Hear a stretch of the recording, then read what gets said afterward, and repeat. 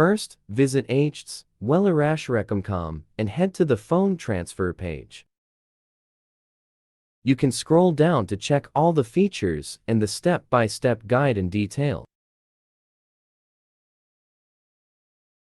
After that, click the Back to Top button. Click the Try for Free option to download it on your computer.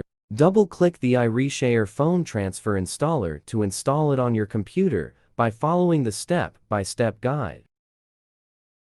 Once finished, click Finish to close setup. To transfer files from iPad to Android, run the software on your computer.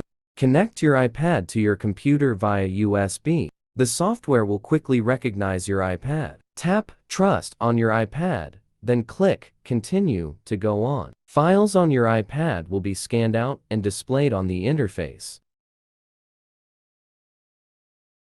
After successfully connecting, link your Android device to the same computer via USB. The software will quickly recognize your Android device. Once connected, you will see Connected under them. Choose the file types you want to transfer, then click the Start Copy button.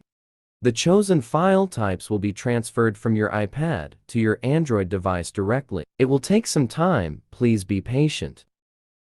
Click OK when the data transfer is finished.